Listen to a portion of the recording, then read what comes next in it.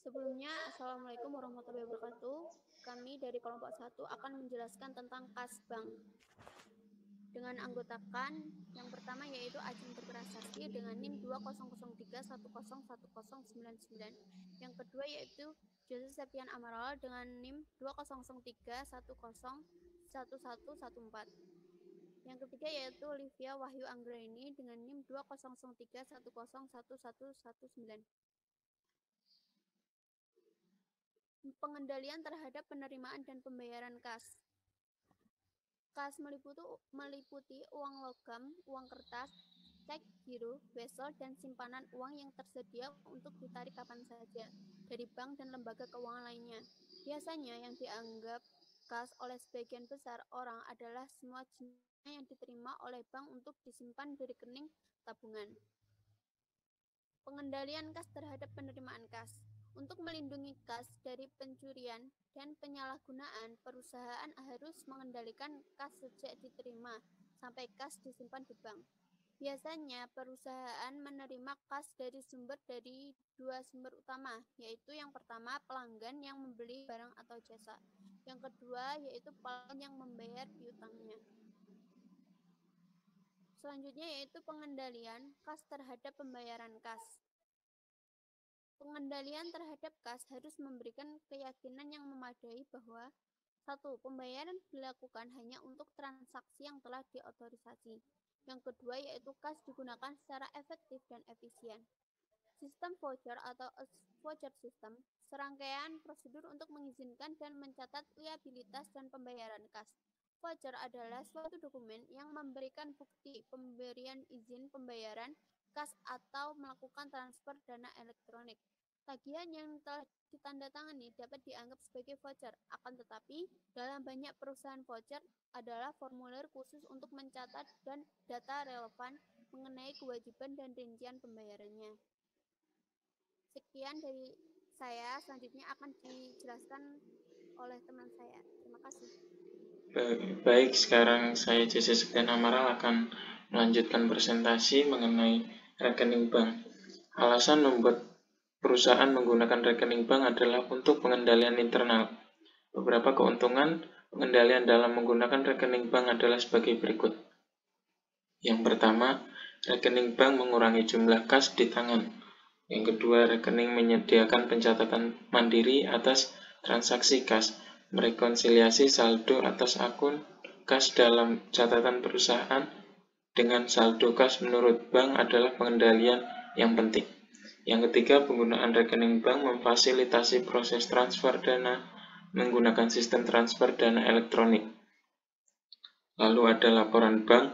Biasanya laporan bank mengelola pencatatan seluruh transaksi rekening bank. Rangkuman transaksi yang disebut laporan bank dikirimkan ke nasabah untuk dalam bentuk cetakan maupun email seperti akun pelanggan atau kreditur. Laporan bank juga menunjukkan saldo awal, penambahan, pengurangan, dan saldo akhir periode. Saldo rekening bank nasabah dalam catatan bank merupakan liabilitas, sehingga rekening nasabah memiliki saldo kredit dalam catatan bank. Oleh karena laporan bank disiapkan dari sudut pandang bank, maka ayat jurnal memo kredit dalam laporan bank menunjukkan kenaikan dalam rekening nasabah. Begitu pula ayat jurnal memo debit dalam laporan bank menunjukkan penurunan. Lalu ada rekonsiliasi bank. Rekonsiliasi bank merupakan analisis informasi dan jumlah yang menyebabkan saldo kas yang dilaporkan dalam rekening bank berbeda dari saldo kas dalam buku besar dan bertujuan untuk menghasilkan saldo kas yang disesuaikan.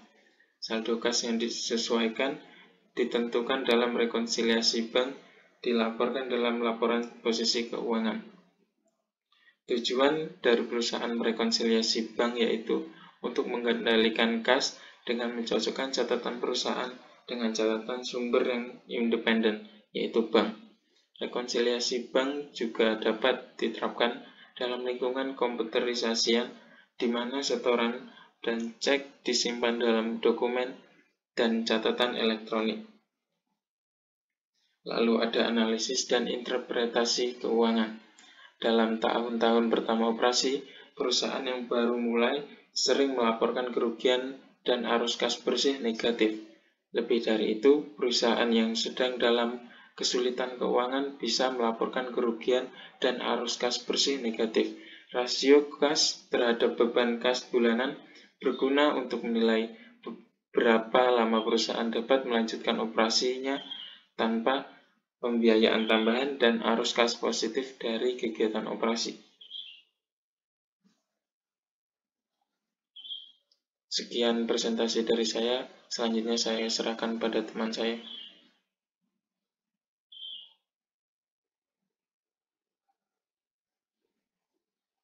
Wes ya, tunggu dikat ya. Iya. Terus baru ini penutupan ya. Iya. Sekian dari kami. Bila ada salah kata mohon maaf. Wassalamualaikum warahmatullahi wabarakatuh. Oke. Ada telepon dan lain-lain karena ada tugas sehingga kelupaan tidak saya rekam pertemuan ini. Mohon maaf sekali, ini baru saya rekam. Jadi nanti untuk yang kelompok 1 bikin rekaman videonya bisa diulang ya, rekam sendiri maksud saya. Nggak usah diulang presentasinya. Kalian bikin rekamannya sendiri aja ya, mohon maaf. Ya, kita lanjut ke ini, rekonsiliasi bank. Kenapa harus ada rekonsiliasi bank? Karena ada kalanya, bahkan sering terjadi, catatan antara bank dengan catatan perusahaan itu ada perbedaan.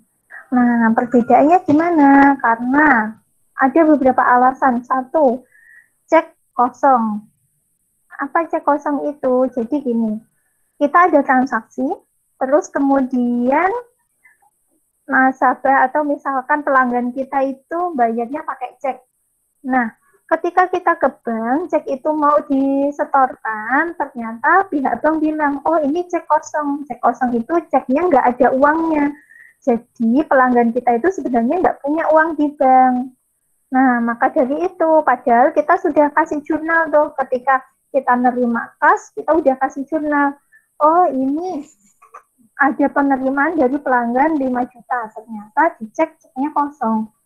Berarti di situ kita harus melakukan penyesuaian. Penyesuaiannya bagaimana? Catatan di perusahaan itu harus dikurangi. Terus kemudian ada cek beredar. Cek beredar itu apa? Cek beredar itu adalah ketika kita mengeluarkan cek, terus kemudian cek itu digunakan untuk membayar kepada pemasok ataupun tekanan lain, tapi cek itu belum diuangkan oleh pemiliknya. Nah, misalkan kita ada rekanan sama PT ABC, kemudian kita beli barang dari PT ABC itu senilai 10 juta. Kita tulis cek, tapi PT ABC itu belum laporan ke bank, belum mengambil uang itu, otomatis saldo di rekening bank kita tetap utuh, padahal seharusnya sudah dikeluarkan. Maka dari situ kita perlu menyesuaikan catatan di bank. Jadi ini intinya kita itu harus melakukan penyesuaian antara catatan perusahaan dengan bank, ya. Jadi kita ingin melakukan pencocokan antara kas di perusahaan sama bank. Nah, ini yang dinamakan dengan proses rekonsiliasi. Apa saja yang mempengaruhi perusahaan di situ? Salah satunya misalkan kesalahan pencatatan. Ini tergantung ya, kesalahan pencatatan itu tergantung. Bisa dia itu mengurangi rekening perusahaan, bisa menambah. Jadi ini antara kurang atau tambah, tergantung dari kesalahan yang dilakukan. Terus kemudian apalagi yang kira-kira mempengaruhi proses rekonsiliasi? Tadi saya bilang di sini di bank bisa ada cek kosong. Cek kosong itu mempengaruhi catatan perusahaan. Karena udah dicatat perusahaan, ternyata di banknya nggak ada. Jadi ini mengurangi rekening perusahaan. cek beredar. Cek beredar itu udah dicatat perusahaan, tapi banknya belum tahu. Maka di sini cek beredar itu mengurangi rekening perusahaan. Apalagi kira-kira setoran dalam proses. Setoran dalam proses. Apa maksudnya setoran dalam proses? Perusahaan sudah meminta bendaharanya untuk melakukan penyetoran uang kas misalkan. Nah, tapi sama banknya belum dicatat, sehingga banknya belum bertambah. Nah, kenapa begitu? Kok bisa sudah disetor tapi belum dicatat? Biasanya kalau perusahaan-perusahaan besar itu rekeningnya itu berupa rekening koran. Jadi dia dicetaknya setiap periode tertentu. Misalkan dicetaknya setiap tanggal 30. Nah, cetaknya 30 pagi. Padahal nyetornya bendahara itu 30 siang. Nah, otomatis belum terekap. Maka di sini setoran dalam proses itu menambah catatan di bank.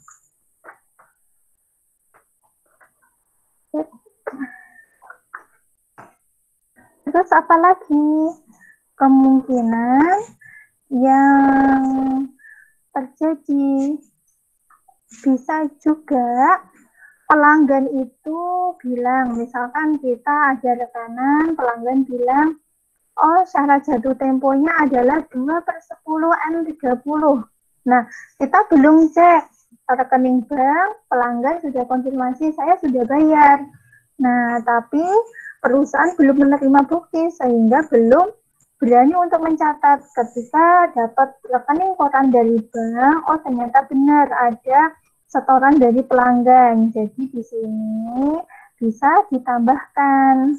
Jadi penerimaan piutang langsung melalui rekening bank.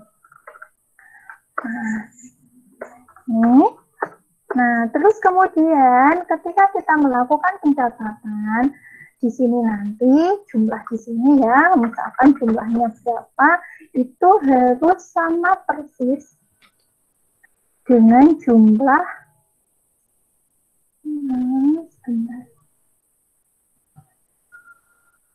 Jadi jumlah yang ada di sini setelah nilai laba perusahaan dikurangi proses-proses itu tadi sama nilai rekening di bank itu jumlahnya harus sama persis. Kalau nggak sama berarti ada kesalahan dalam kalian mengerjakan proses rekonsiliasi. Jadi di sini jumlahnya harus sama persis. Contoh, ini ada soal ya, yang kita bisa hitung bareng-bareng. Nah, ini ada latihan. Jadi di sini ada Depok Studio Foto. Kalau ada yang punya bukunya, silahkan dibuka di halaman 417. Kita coba kerjakan ini bareng-bareng, biar nanti kalian bisa semakin paham bagaimana proses mengerjakan rekonsiliasi. Oke, jadi di sini ada saldo bank. Saldo banknya menurut catatan bank itu 14,5.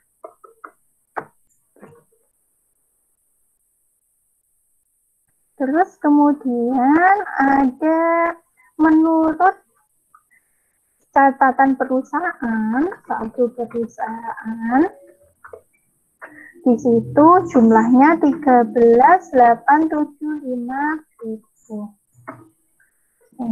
Terus kemudian apa saja? Oh iya, ini biasanya di bank yang dicatat adalah beban administrasi. Itu kan yang tahu bank ya. Ini berarti mengurangi. Biasanya perusahaan juga dapat apa kalau nabung di bank? Pendapatan bunga. Kalau pendapatan bunga berarti dia nambah saldo. Nah, karena di sini banknya tahu, sedangkan perusahaan tidak tahu, siapa yang perlu menyesuaikan? Yang perlu menyesuaikan adalah perusahaan. Ini posisinya banknya sudah tahu, perusahaannya belum. Ya. Terus kemudian di situ ada beban administrasi bank. Jumlahnya adalah 75.000.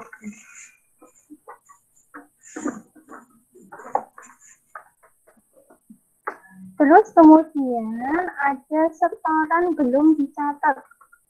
Setoran belum dicatat. Atau setoran dalam proses. Jumlahnya adalah 3.750. Terus kemudian ada cek kosong. 800.000. Terus kemudian ada apa lagi? Di situ ada cek belum diuangkan atau cek beredar. Jumlahnya adalah 5.250. Nah, kita akan menyesuaikan antara rekening perusahaan dengan bank. Ini saya kasih. Sini perusahaan, sini adalah bank. Nah, kita mulai dari saldo bank. Ini saya taruh sini. Terus saldo perusahaan ditaruh sebelah sini. Kita mulai dari satu persatu. Biaya administrasi bank. Bank sudah mencatat, perusahaan belum tahu. Jadi di sini biaya administrasi bank itu dia nambah pengurang. Admin biaya berarti dia ngurangin rekening bank. Terus kemudian setoran belum dicatat bank. Berarti perusahaan udah nyatet. Kalau setor berarti menambah saldo kan? Nah, jadi di sini harusnya nambah rekening bank. Ini saya kasih.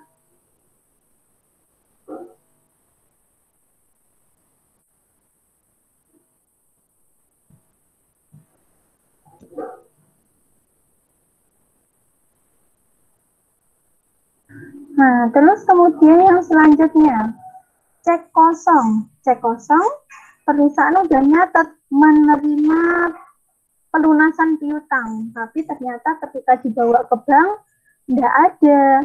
Bank udah tahu kalau ceknya itu nggak ada uangnya, tapi perusahaan nggak tahu, udah terlanjur nyatet. Jadi di sini yang perlu disesuaikan adalah punya perusahaan. Oke, posisinya adalah mengurangi. Oke, lanjut ya. Cek beredar. Perusahaan sudah mengeluarkan uang untuk bayar pemasok, tapi pemasoknya belum ke bank untuk ngambil uang tersebut, sehingga bank belum mencatat. Jadi, perusahaan udah nyatet, bank belum. Ini ditaruh di bank. Posisinya dia ngurangin.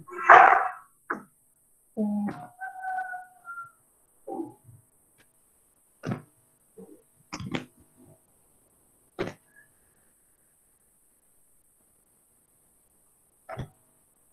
Nah, terus kemudian kita jumlahkan antara saldo perusahaan ini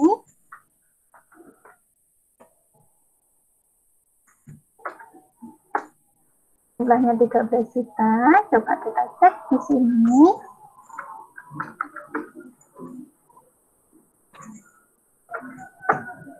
Jumlahnya juga 13 juta. Nah, oke. Itu ya untuk rekonsiliasi. Ada yang ditanyakan dulu dari sini? Untuk proses rekonsiliasi ada yang ditanyakan dulu? Jadi intinya ketika melakukan rekonsiliasi, kita cek dulu yang melakukan kesalahan siapa. Terus kemudian kita melakukan penyesuaian. Kalau misalkan yang melakukan kesalahan bank, terus kemudian sebenarnya itu tidak belum dicatat, maka bank yang harus menyesuaikan. Kalau yang melakukan kesalahan perusahaan belum tahu kalau dia salah, tapi banknya udah tahu, maka ini perusahaan yang harus melakukan rekonsiliasi untuk mencatat. Nah, ini tujuannya apa sih? Kalau misalkan tadi kita melakukan proses rekonsiliasi, antara catatan bank sama kas perusahaan, semuanya udah di-match-kan. Sebelah sisi untuk perusahaan, sisi kiri untuk perusahaan, kanan untuk bank, kita udah kombinasikan. Loh, kok ternyata masih ada selisih? Seharusnya menurut catatan bank itu rekening seharusnya menurut bank itu jumlahnya 13 juta, tapi menurut catatan perusahaan itu 15 juta. Nah, ada selisih 2 juta, sudah di cross-check semua bukti-buktinya, setoran dalam proses dan cek kosong atau apapun itu yang terkait dengan bank itu sudah di cross-check, ternyata hasilnya tetap saja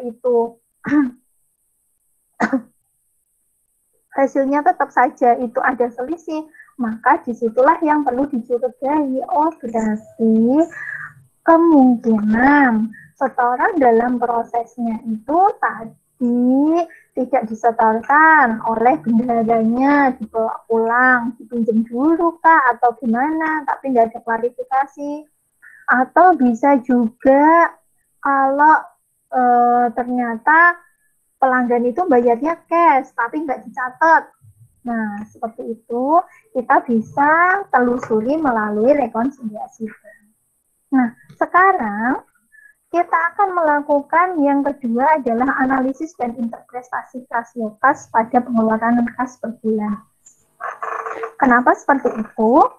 Nah, kalau misalkan di pengantar 1, kalian sudah belajar mengenai bagaimana menyusun laporan laba rugi. Nah, nanti di akhir semester kita akan, setelah kita bahas komponen-komponen dari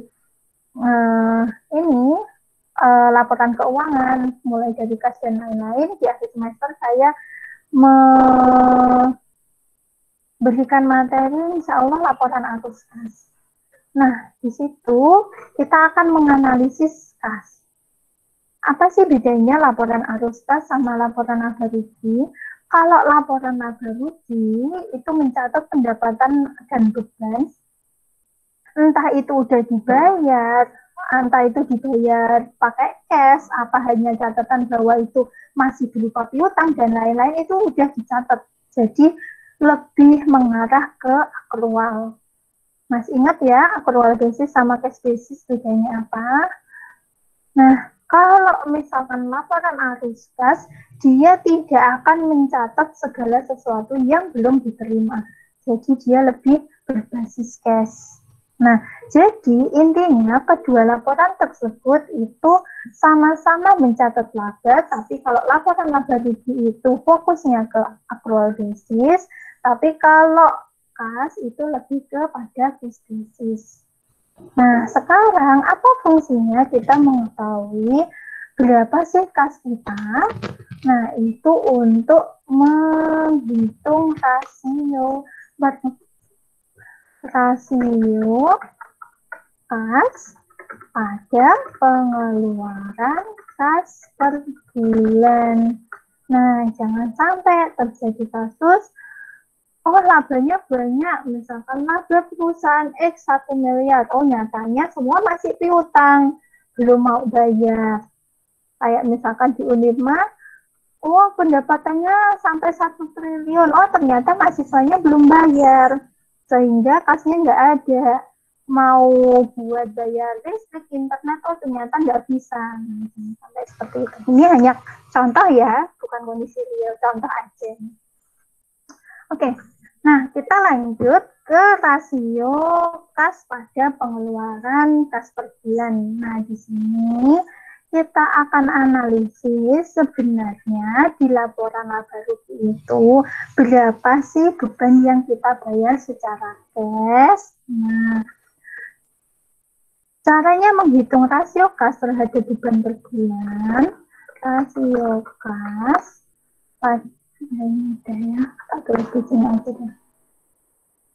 Caranya kita menghitung rasio kas pada pengeluaran kas per bulan, kita cukup membandingkan antara di sini kas pada akhir tahun dikasih apa? Bentar, ini tak taruhnya di sini aja. Kas pada akhir tahun dibagi dengan pengeluaran kas per bulan atau lebih dikenal dengan istilah beban kas bulanan. Kenapa begitu?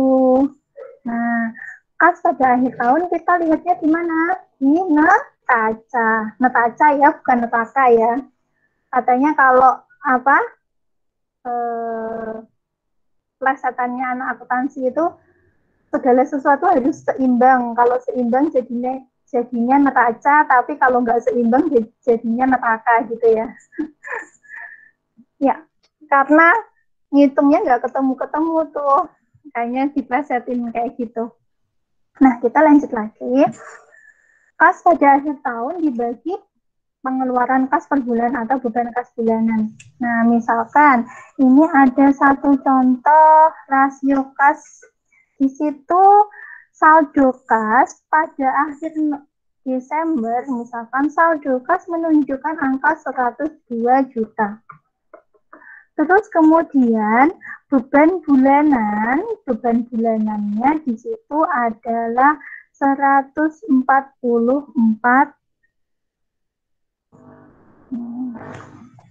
Kita lihat neraca per 31 Desember. Di situ misalkan 2020 misalkan. Nah, kita lihat untuk menghitung rasio kas pada pengeluaran, kita fokusnya pada dua hal. Ini diperolehnya dari laporan neraca, yang bawah itu kita ambil dari laporan arus kas. Arus kas dari mana? Fokusnya kita adalah arus kas dari aktivitas operasi. Kalau kas dari aktivitas pendanaan, investasi, dan lain-lain tidak kita gunakan. Yang kita pakai adalah laporan arus kas dari aktivitas operasi. Nah, misalkan di sini, neraca itu per 31 Desember bilang kas sama dengan 102 juta. Terus kemudian di laporan arus kas bilang bahwa di situ arus kas dari kegiatan operasi adalah 144 juta.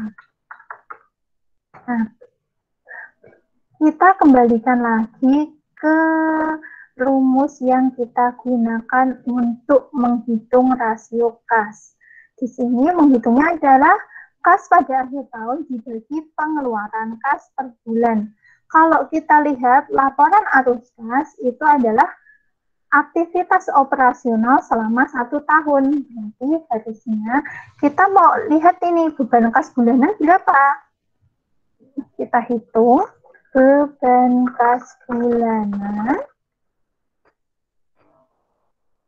Jumlahnya adalah 144 dibagi 12. Ketemunya angka 12 juta.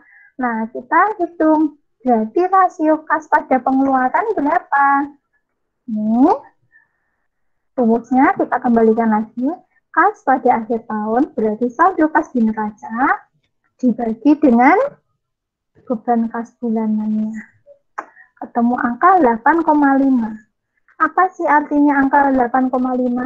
Berarti ketika perusahaan itu sama sekali tidak beroperasi, ataupun sama sekali misalkan beroperasi tapi sama sekali tidak bisa menjual produknya, dia akan bertahan selama 8 bulan. Jika perusahaan gagal menjual produk, dia akan bertahan selama 8 bulan. Selebihnya gimana? Selebihnya tidak bisa. Maka dia harus melakukan aktivitas operasi secepatnya. Dia harus menghasilkan kas secepatnya. Kurang dari ini. Gitu. Nah, kalau begitu, maka indikasinya apa? Bagaimana yang bagus? Berarti yang bagus adalah semakin tinggi angka ini akan semakin bagus. Tapi terlalu tinggi juga tidak bagus. Misalkan angka ini ada di 12, berarti perusahaan bisa mendanai kegiatan operasionalnya selama 12 bulan ke depan. Kalau 24, selama 24 bulan ke depan. Kalau seperti itu berarti indikasinya apa? Kenapa kok tadi katanya tinggi bagus, tapi terlalu tinggi tidak boleh? Karena kalau misalkan angka ini ada di 24 atau ada di angka 36, berarti kan indikasinya banyak kas yang nganggur. Seharusnya bisa digunakan untuk investasi lagi. Intinya uang itu bisa diputar lagi untuk menghasilkan apa? Laba atau keuntungan, sehingga profitnya lebih tinggi lagi, tidak cuma disimpan dalam bentuk kas karena khawatir dia akan gagal menjual produk dan lain-lain. Itu ya, itu tadi untuk pengendalian kas. Nah, saya rasa cukup sampai di sini. Ada yang ditanyakan dulu sebelum kita ke studi kasus. Silahkan kalau ada yang mau ditanyakan dulu dari kas.